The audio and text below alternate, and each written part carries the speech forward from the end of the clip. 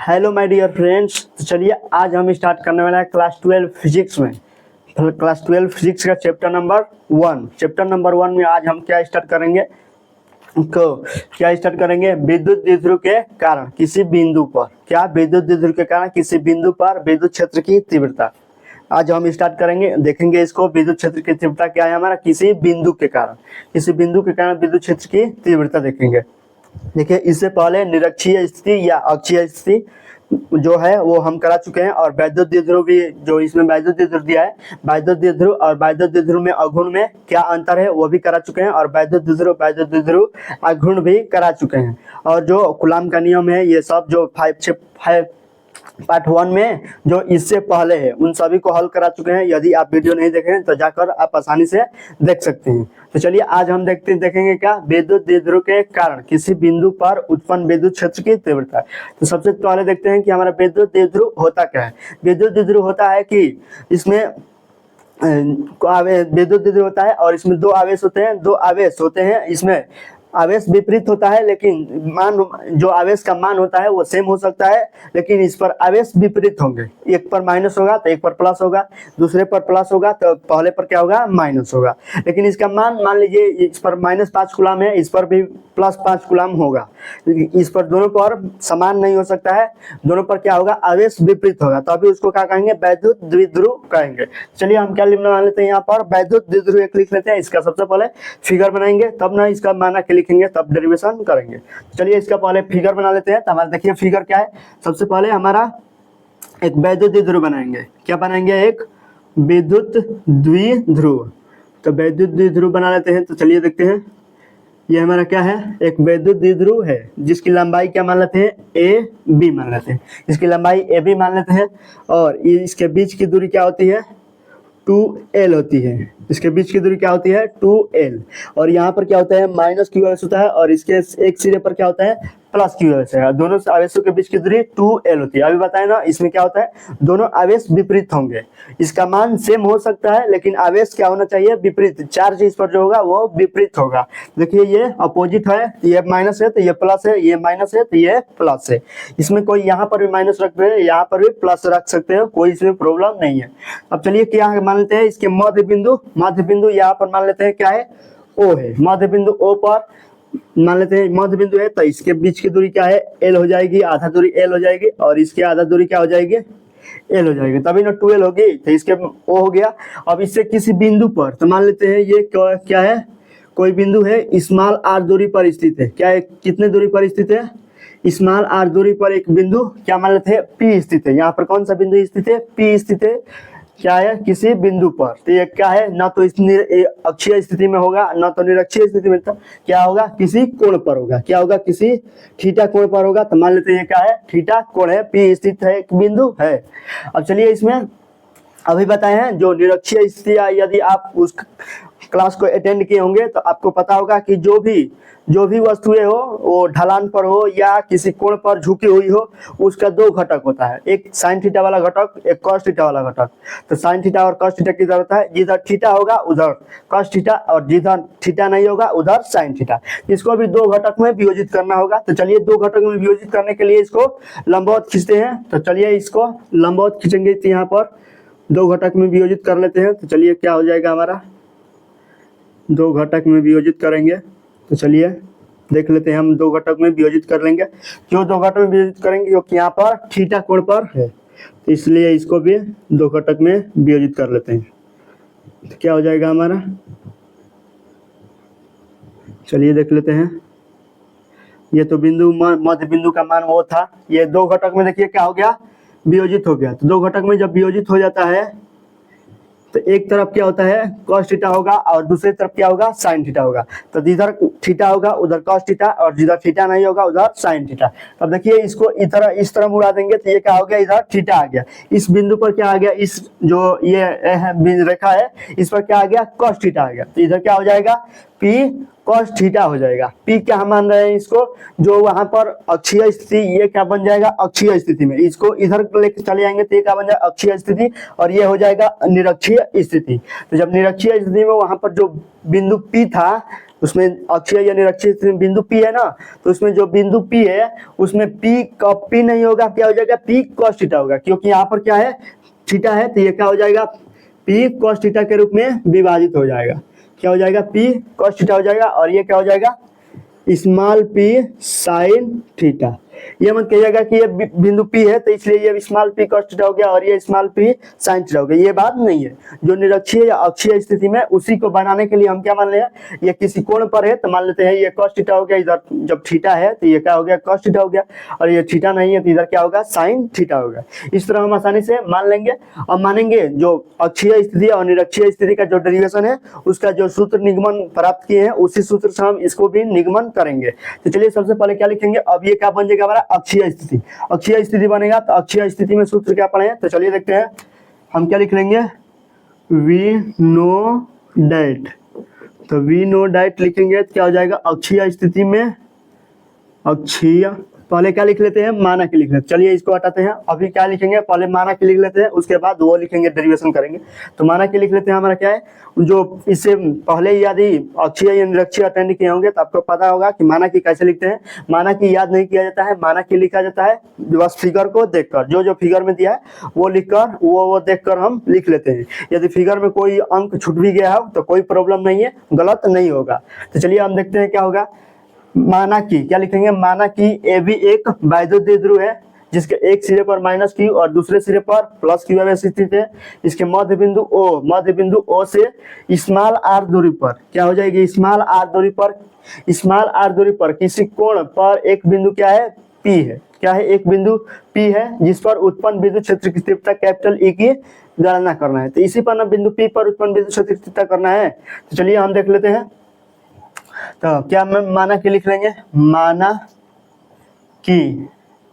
माना कि A B लंबाई का एक का है, ए बी लंबाई का एक विद्युत द्विध्रुव आघूर्ण है जिसके एक सिरे पर क्या रखा गया है माइनस क्यू अवशेष, जिसके एक सिरे पर माइनस क्यू तथा दूसरे सिरे पर प्लस क्यू आवेश क्या है, प्लस क्यू आवेश स्थित है तथा दोनों आवेशों के बीच की दूरी क्या है 2L है। लिख लेंगे दोनों आवेशों के बीच की दूरी, दोनों आवेशों के जो बीच की दूरी क्या हो जाएगी 2L है। तो इसके मध्य बिंदु O से स्मॉल r दूरी पर, तो इसके क्या हो जाएगा, इसके मध्य बिंदु O से स्मॉल r क्या हो जाएगा, स्मॉल मध्य बिंदु O से थीटा कोण पर स्मॉल r दूरी पर, थीटा कोण पर इस मध्य बिंदु O से क्या लिख लेंगे, O से r दूरी पर थीटा कोण बनाते हुए एक बिंदु P है, क्या है एक बिंदु P है जिस पर उत्पन्न विद्युत क्षेत्र की तीव्रता कैपिटल E की गणना करना है। क्या लिख लेंगे, जिस पर उत्पन्न विद्युत क्षेत्र की तीव्रता, विद्युत क्षेत्र की तीव्रता कैपिटल E की विद्युत क्षेत्र की तीव्रता पर विद्युत क्षेत्र की तीव्रता कैपिटल E लिख देते, कैपिटल E की गणना क्या करना है, गणना करना हैं। इस तरह हम माना कि तो आसानी से लिख सकते हैं, कोई इसमें प्रॉब्लम नहीं है, बस फिगर को देखकर माना कि लिखना है। तो इस तरह हम क्या लिख लिए, माना कि लिख लिए। अब चलिए बिंदु P पर निकलना है, तो बिंदु P पर तो हमें अक्षीय स्थिति भी बनेगी और निरक्षीय स्थिति भी बनेगी। तो जो निरक्षीय स्थिति होती है वो क्या होती है, क्षैतिज के रूप, निरक्षीय स्थिति लंबवत होती है, और जो अक्षीय स्थिति होती है वो क्या होती है, क्षैतिज होती है। तो ये क्या बनेगा, इधर आ जाएगा तो ये क्या बन जाएगा, ये क्षैतिज स्थिति बन जाएगा, और ये क्या बन जाएगा, अक्षीय स्थिति बन जाएगा। चलिए हम लिखते हैं, सबसे पहले क्या लिखेंगे, वी नो डैट। जब वी नो डैट लिखेंगे तो क्या लिखेंगे, वैद्युत क्षेत्र निरक्षीय स्थिति में, अक्षीय स्थिति पहले लिख लेना है, अक्षीय स्थिति में विद्युत क्षेत्र की तीव्रता क्या हो जाएगी, विद्युत क्षेत्र की तीव्रता क्या हो जाएगी, ई। क्या हो जाएगी, ई बराबर क्या हो जाता है, E1 मान लेते हैं इसको, विद्युत क्षेत्र की तीव्रता E1 बराबर 1/4 पाई एप्सिलॉन नॉट इंटू क्या हो जाएगा, 2p होता है 2p बटे में r क्यू। ये हमारा क्या होता है, अक्षीय स्थिति में होता है। ये देखिए 2p, यानी ये क्या हो जाएगा, यहाँ पर p cos थीटा हो जाएगा। p के स्थान पर क्या लिख देंगे आप, p cos थीटा लिख देंगे। तो चलिए लिख देते हैं, क्या हो जाएगा हमारा, E1 बराबर हो जाएगा 1/4 pi epsilon not into 2p cos theta बटा में r क्यू हो जाएगा। क्यों cos थीटा होगा, क्योंकि ये जो P है वैद्युत द्विध्रुव था, वो क्या किसमें विभाजित हो गया था, वियोजित हो गया, P cos थीटा में वियोजित हो गया। क्योंकि ये क्या है, थीटा कोण पर वियोजित है, इसलिए ये जो P है बिंदु, वो cos थीटा में वैद्युत द्विध्रुव है ना, ये क्या है, वैद्युत द्विध्रुव ही ना है, तो ये भी वैद्युत द्विध्रुव है, और ये भी क्या है, जो खींचे हैं वो भी वैद्युत द्विध्रुव है। तो वैद्युत द्विध्रुव P किसमें वियोजित हो गया, P cos थीटा और P sin थीटा में हो जाएगा। जो P cos थीटा है वो अक्षीय स्थिति में बन जाएगा, और जो P sin थीटा है वो निरक्षीय स्थिति में चला जाएगा। ये देखिए अक्षीय स्थिति में क्या हो जाएगा, P के स्थान पर P cos थीटा हो गया। तो इस तरह E1 का मान निकल गया। अब क्या निकालेंगे, E2। तो E2 निकालने के लिए अब लिखेंगे बिंदु P पर उत्पन्न, अब निकालेंगे निरक्षीय स्थिति में विद्युत क्षेत्र की तीव्रता। चलिए लिख देते हैं, निरक्षीय स्थिति में विद्युत क्षेत्र की तीव्रता क्या निकालेंगे, निरक्षीय स्थिति में विद्युत क्षेत्र की तीव्रता क्या हो जाएगी, E2 लिख लेते हैं 1/4 pi epsilon not into P बटे में क्या हो जाता है, R क्यू हो जाता है। बस यहाँ से 2 नहीं होता है, बस क्या हो जाता है, P बटे में R क्यू। इसको कल डेरिवेशन कर लिए थे, तो P बटे में क्या हो जाएगा, R क्यू हो जाएगा, और ये क्या हो जाएगा 1/4 पाई एप्सिलॉन नॉट, और P के स्थान पर क्या रखेंगे, P sin थीटा रखेंगे। तो क्या हो जाएगा, P sin थीटा बटा में क्या हो जाएगा, R क्यूब हो जाएगा। इस तरह हो जाएगा ना, P sin थीटा बटा में R क्यूब हो गया। और देखिए यहाँ पर E1 हो गया, और यहाँ पर क्या हो गया, E1, यहाँ पर हो गया E2। अब निकालेंगे बिंदु P पर, क्या निकालेंगे, परिणामी निकालेंगे ना, क्योंकि अक्षीय और निरक्षीय तो आ गया। तो अब बिंदु P पर परिणामी विद्युत क्षेत्र की तीव्रता निकालेंगे। तो चलिए निकाल लेते हैं, हम आसानी से निकाल लेंगे। क्या निकालेंगे, बिंदु P पर परिणामी बिंदु P पर परिणामी विद्युत क्षेत्र की तीव्रता। तो परिणामी विद्युत क्षेत्र की तीव्रता क्या हो जाएगी, E बराबर, दोनों को ऐड कर देंगे ना, तो E बराबर क्या हो जाएगी, E1 प्लस E2। क्या ये नहीं होगा, दोनों को ऐड नहीं करेंगे। जब बिंदु P पर परिणामी निकालेंगे तो देखिए दोनों क्या है, आपस में लंबवत है ना, अभी बताए ना कि लंबवत खींचेंगे, तो ये दोनों ये क्या है, आपस में लंबवत है। तो जब दो रेखाएं आपस में लंबवत होती है, तो लंबवत का जो हम क्या पढ़े हैं, 11th में पढ़े हैं कि लंबवत के लिए क्या होता है, लंबवत के लिए परिणामी क्या होती है, हम लिख लेते हैं 11th के, हम पहले लिख रहे हैं, क्या लिख रहे हैं, R बराबर, अभी समझाने के लिए आपको लिख रहे हैं, R बराबर जो क्या होता है, परिणामी निकालते थे। जो दो रेखाएं आपस में लंबवत के रूप में लंबवत पर झुकी होती थी, तो उसमें R बराबर क्या होता था, परिणामी। R को क्या बोलते थे, परिणामी। और R बराबर क्या होता है, A square plus B square plus 2AB cos theta हो जाता था। ये होता था ना ए आर बराबर a square plus b square plus 2ab cos theta हो जाता था। इस तरह हम लिख लेते थे इसको।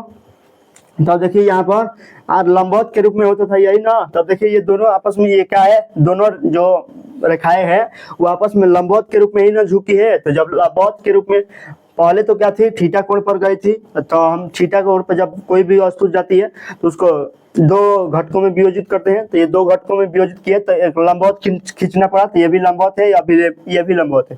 तो दोनों बिंदु दोनों रेखाएं क्या है, एक दूसरे पर लंबवत है। तो लंबवत के लिए ये परिणामी विद्युत क्षेत्र की परिणामी होता है। लंबवत के लिए का आर को परिणामी बोलते हैं। तो लंबवत के लिए क्या है, परिणामी का सूत्र है।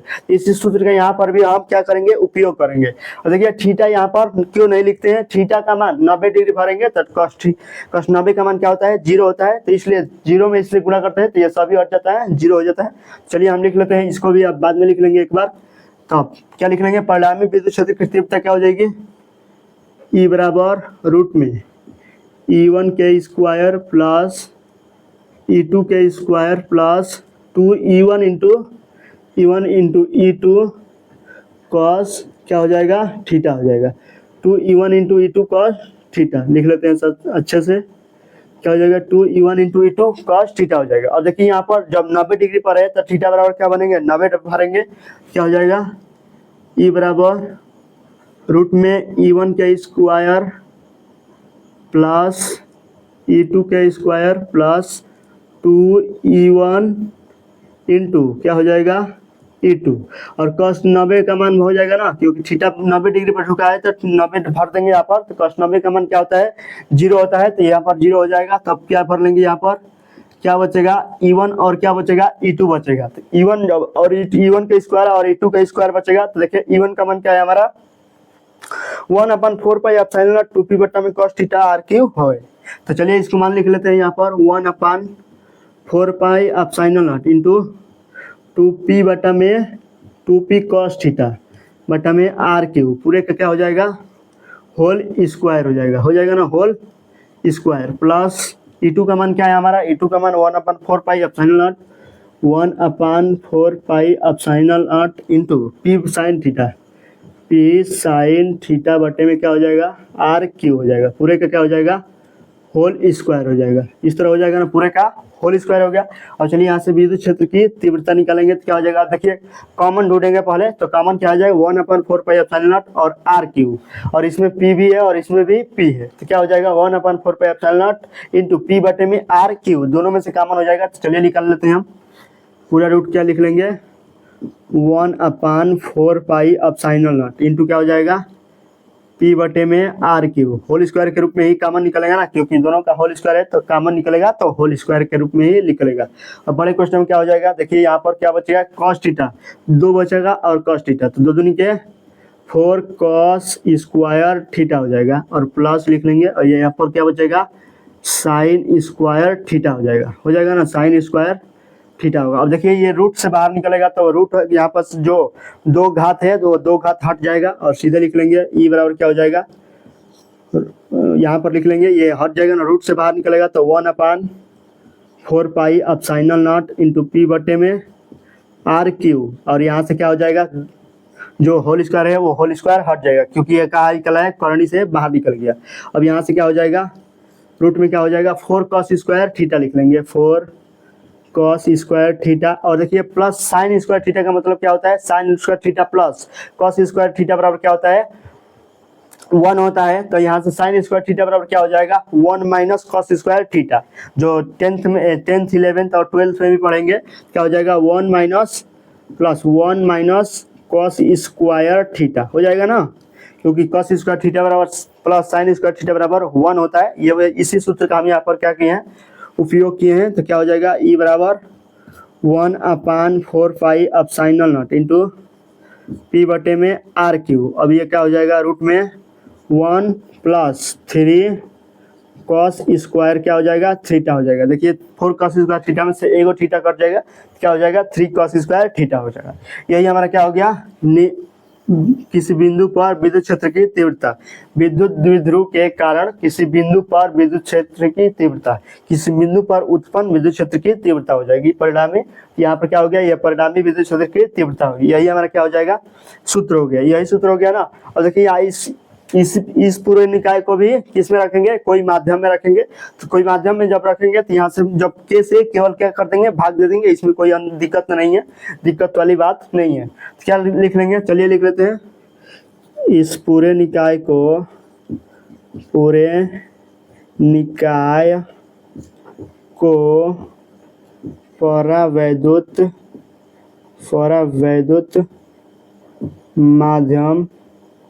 परावैद्युत माध्यम के में रखने पर, तो के में रखेंगे तो रखने पर तो क्या हो जाएगा, E बराबर 1/4 पाई एप्सिलॉन नॉट इंटू क्या हो जाएगा, के से भाग देते हैं तो और बटे में क्या हो जाएगा, P बटे में R³ और रूट में 1 + 3 cos स्क्वायर क्या हो जाएगा, थीटा हो जाएगा। इस तरह हम क्या निकाल लें, बिंदु कोई पूरे निकाय को किसी परावैद्युत माध्यम के में रख दिए हैं। तो चलिए अब क्या मान लीजिए, इस पूरे निकाय को वायु परावैद्युत माध्यम में रख दिए। तो वायु के लिए परावैद्युत माध्यम के का मान 1 होता है। तो लिख लेते हैं वायु, यहाँ पर इसको यहाँ पर लिख लेते हैं। इसको हटाए ना, ये तो समझ में आ गया होगा। तो चलिए इसको हटाते हैं। माना कि तो फिगर देख कर ही लिखते हैं, तो ये तो समझ में आ गया होगा आसानी से। चलिए इसको हटा दिए ना। तो चलिए इस पूरे को हटा देते हैं। अब चलिए देखते हैं क्या लिखते हैं हम, क्या लिखेंगे अब, परावैद्युत माध्यम के,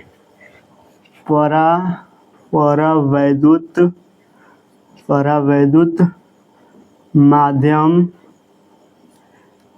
के का मान क्या हो जाएगा, के का मान पहला लिख लेंगे वायु के लिए। तो वायु के लिए के बराबर क्या हो जाता है, 1 हो जाएगा। दूसरा धातु के लिए लिख लेंगे, धातु के लिए के का मान क्या हो जाएगा, इन्फिनिटिव। और तीसरा क्या हो जाएगा, अधातु लिख लेते हैं, अधातु के लिए। अधातु के लिए के का मान 1 से बड़ा और इन्फिनिटिव से क्या हो जाएगा, छोटा। इन्फिनिटिव से छोटा और 1 से क्या हो जाएगा, बड़ा हो जाएगा। तो 1 से बड़ा और इन्फिनिटिव से छोटा, ये क्या है, के है। तो इसको क्या लिख लेते हैं, के लिख लेते हैं। के का मान 1 से बड़ा और इन्फिनिटिव से छोटा अधातु के लिए होता है, तो इसलिए अधातु के लिए हो गया। और देखिए 1/4 पाई का मान तो याद है आपको, 1/4 पाई एप्सिलॉन नॉट का मान क्या होता है, 9 × 10⁹ होता है। तो चलिए लिख लेते हैं, यहाँ पर क्या हो जाएगा, 1/4 पाई एप्सिलॉन नॉट बराबर 9 × 10⁹ और इसका मात्रा क्या हो जाएगा, न्यूटन इंटू मीटर स्क्वायर प्रति कूलाम। तो लिख लेते हैं न्यूटन हो जाएगा ना। देखिए न्यूटन इंटू क्या हो जाएगा, न्यूटन इंटू मीटर स्क्वायर प्रति कूलाम स्क्वायर हो जाएगा ना। न्यूटन इंटू मीटर स्क्वायर प्रति कूलाम स्क्वायर हो गया। अब देखिए यहाँ एप्सिलॉन नॉट है, तो एप्सिलॉन नॉट का मान क्या होता है, केवल एप्सिलॉन नॉट। एप्सिलॉन नॉट को क्या बोलते हैं, वैद्युतशीलता बोलते हैं। तो निर्वात या वायु में वैद्युतशीलता। तो लिख लेते हैं एप्सिलॉन नॉट बराबर क्या हो जाएगा, एप्सिलॉन नॉट बराबर निर्वात या वायु में वैद्युतशीलता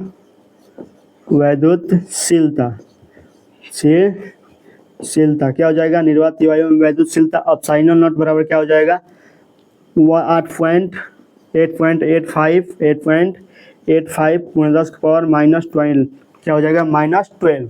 अब इसका मात्रा क्या हो जाएगा, इसके विपरीत कूलाम स्क्वायर प्रति newton into metre square. Newton into क्या हो जाएगा, मीटर स्क्वायर। ये हो जाएगा हमारा एप्सिलॉन नॉट का मान 8.85 × 10⁻⁻12 कूलाम स्क्वायर प्रति न्यूटन इंटू मीटर स्क्वायर। ये हो जाएगा हमारा एप्सिलॉन नॉट का मान। और देखिए इसको हम जो निरक्षीय या अक्षीय स्थिति में किए थे, वो तो हम पूरा जो अलग से फिगर बनाकर दोनों का किए थे। और देखिए यहाँ से भी निरक्षीय या अक्षीय स्थिति का सूत्र प्राप्त कर सकते हैं, इसमें कोई डाउट नहीं होगा। तो देखिए यहाँ पर जो अक्षीय स्थिति होगा, अक्षीय स्थिति में अक्षीय स्थिति कैसे होता है, इस तरह होता है। देखिए इसको हटाएंगे, इसको हटा देते हैं। तो इसको हटा देंगे क्या हो जाएगा, देखिए अक्षीय स्थिति में क्या हो जाएगा, ये जो है बिंदु क्या हो जाएगा, यहाँ पर आ जाएगा। तो ये जो बिंदु P किसी कोण पर है तो ये क्या हो जाएगा, समतल में हो जाएगा ना। अक्षीय स्थिति पढ़े आप, यदि नहीं पढ़े तो जाकर पढ़ लीजिएगा, इसी ऐप पर आपको, इसी चैनल पर आपको अवेलेबल है, तो जाकर पढ़ लीजिएगा। तो अक्षीय स्थिति में यहाँ पर क्या हो जाएगा, थीटा बराबर क्या होता है, 0 होता है। अक्षीय स्थिति में थीटा बराबर 0 और निरक्षीय स्थिति में थीटा बराबर 90 डिग्री होता है। तो इस तरह 90 डिग्री हो जाएगा ना। चलिए इसको एक स्क्रीनशॉट ले लीजिए, तब आगे बताते हैं। देखिए जो अक्षीय स्थिति होता है, अक्षीय स्थिति में थीटा बराबर क्या होता है, 90 डिग्री 0 डिग्री होता है। तो यहाँ पर थीटा बराबर 0 डिग्री भरेंगे तो जो अक्षीय स्थिति का सूत्र है वो हमें प्राप्त हो जाएगा। तो चलिए लिख लेते हैं अक्षीय स्थिति के लिए, यहाँ पर दूसरे से लिख लेते हैं, क्या हो जाएगा, अक्षीय स्थिति, अक्षीय स्थिति के लिए थीटा बराबर क्या होता है, 0 डिग्री होता है। क्या होता है, थीटा बराबर 0 डिग्री। तो चलिए यहाँ पर जो ये सूत्र प्राप्त किए हैं किस कोण पर, तो जो अक्षीय स्थिति के लिए थीटा बराबर यहाँ पर 0 डिग्री रख लेंगे। तो कॉस 0 का मान क्या होता है, 1 होता है। तो 3 इंटू 1 प्लस क्या हो जाएगा, 4 हो जाएगा। तो यहाँ पर क्या हो जाएगा, 4 हो जाएगा। तब यहाँ पर क्या लिख लेंगे, 4 लिख लेंगे। तो चलिए यहाँ से पानी से 4 निकलेगा तो हो जाएगा। अब थीटा बराबर यहाँ पर क्या लिख लेंगे, विद्युत क्षेत्र की अक्षीय स्थिति में थीटा बराबर 0। अब विद्युत क्षेत्र की तीव्रता निकालेंगे तो 1/4 पाई अब साइनल नॉट इंटू क्या हो जाएगा, P बटे में R/Q। अब रूट में क्या हो जाएगा, 1 + 3 cos स्क्वायर। थीटा के स्थान पर क्या भर देंगे, 0 भर देंगे। थीटा के स्थान पर 0 भरेंगे ना, क्योंकि अक्षीय स्थिति में विद्युत क्षेत्र की तीव्रता निकालना है। चलिए हम यहाँ पर लिख लेंगे 1/4 पाई अब साइनल नॉट इंटू क्या हो जाएगा, P बटे में R/Q। अब ये क्या हो जाएगा, रूट में 4। अब रूट में 4 बाहर निकलेगा, रूट से क्या हो जाएगा, 2 हो जाएगा। तो यहाँ पर क्या हो जाएगा, E बराबर 1/4 पाई अब साइनल नॉट इंटू क्या हो जाएगा, 2P बटे में R/Q। देखिए अक्षीय स्थिति का सूत्र यही जो डेरिवेशन किए थे यही प्राप्त हुआ था हमें। अब क्या लिख लेंगे, निरक्षीय स्थिति के थीटा बराबर क्या लिखेंगे, 90 डिग्री, क्योंकि जो निरक्षीय होता है वो ऊर्ध्वाधर के रूप में होता है। तो वो क्या हो जाएगा, थीटा बराबर 90 डिग्री हो जाएगा। तो लिख लेते हैं निरक्षीय स्थिति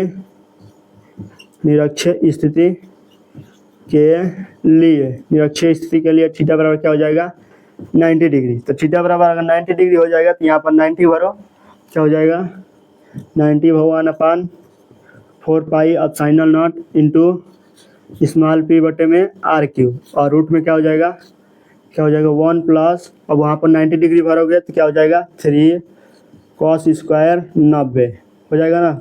3 cos स्क्वायर 90 डिग्री हो जाएगा। अब यहाँ से E बराबर निकाल लेंगे तो क्या हो जाएगा, 1/4 पाई अब साइनल नॉट इंटू P बटे में R/Q। और रूट में क्या हो जाएगा, देखिए cos स्क्वायर 90, cos 90 का मान क्या होता है, 0 होता है। तो आपको पता है, तो 0 होता है। तो ये 3 में 0 से तो ये 0, तो रूट में क्या हो जाएगा 1, और रूट में 1 यानी क्या हो जाएगा, इसका मान 1 हो जाता है। तो 1/4 पाई अब साइनल नॉट इंटू क्या हो जाएगा, P बटे में R/Q हो जाएगा। देखिए जो कल किए थे निरक्षीय स्थिति में उत्पन्न विद्युत क्षेत्र की तीव्रता, यही मान प्राप्त हुआ था। E बराबर 1/4 pi epsilon not into P बटे में R/Q हो गया था। तो यहाँ से भी आप अक्षीय और निरक्षीय स्थिति का जो सूत्र है वो आप प्राप्त कर चुके हैं। ये शॉर्ट फॉर्म है, तो शॉर्ट फॉर्म तो करना ज़्यादा पसंद नहीं कीजिएगा, क्योंकि शॉर्ट फॉर्म पर उतना नंबर नहीं मिलता है। यदि पेपर में बाई चांस निरक्षीय स्थिति वाला आ गया तो ये आपको अगर सूत्र पता होगा, इसी सूत्र से आप ज्ञात कर सकते हैं। और अगर आपके पास समय नहीं है तो इससे ज्ञात कीजिएगा। मान लीजिए 5 नंबर का आया है तो आपको 3 नंबर आसानी से मिल जाएगा। 2 नंबर तो नहीं मिलेगा, लेकिन 3 नंबर आसानी से मिल जाएगा। तो यहाँ से इसको भी ज्ञात कर लीजिए। सूत्र अगर याद होगा तो निरक्षीय या अक्षीय स्थिति वाला आसानी से ज्ञात कर सकते हैं, 3 नंबर हो जाएगा। यदि 5 नंबर के लिए करना है तो आपको पूरा जो अभी बताए हैं अक्षीय निरक्षीय अगले अलग वीडियो है उसका, तो वो देख लीजिएगा। वहां से आप 5 नंबर का में 5 नंबर प्राप्त कर लेंगे आसानी से। अगर समय नहीं बचा, मान लीजिए सभी पेपर कर लिए और समय बस नहीं बचा है तो और करना है अक्षीय निरक्षीय स्थिति वाला, तो ये सूत्र बस याद रख लीजिएगा। यहाँ से आप अक्षीय और निरक्षीय स्थिति का जो सूत्र है उसका डेरिवेशन आसानी से कर सकते हैं। तो चलिए, आपको मुझे पूरा विश्वास है कि आपको पूरी अच्छी तरीके से समझ में आया होगा। यदि कहीं भी कोई भी डाउट हो तो कमेंट में ज़रूर पूछेगा, मैं इसको फिर से बताऊंगा। तो चलिए फिर मिलते हैं नेक्स्ट वीडियो में, तब तक के लिए जय हिंद।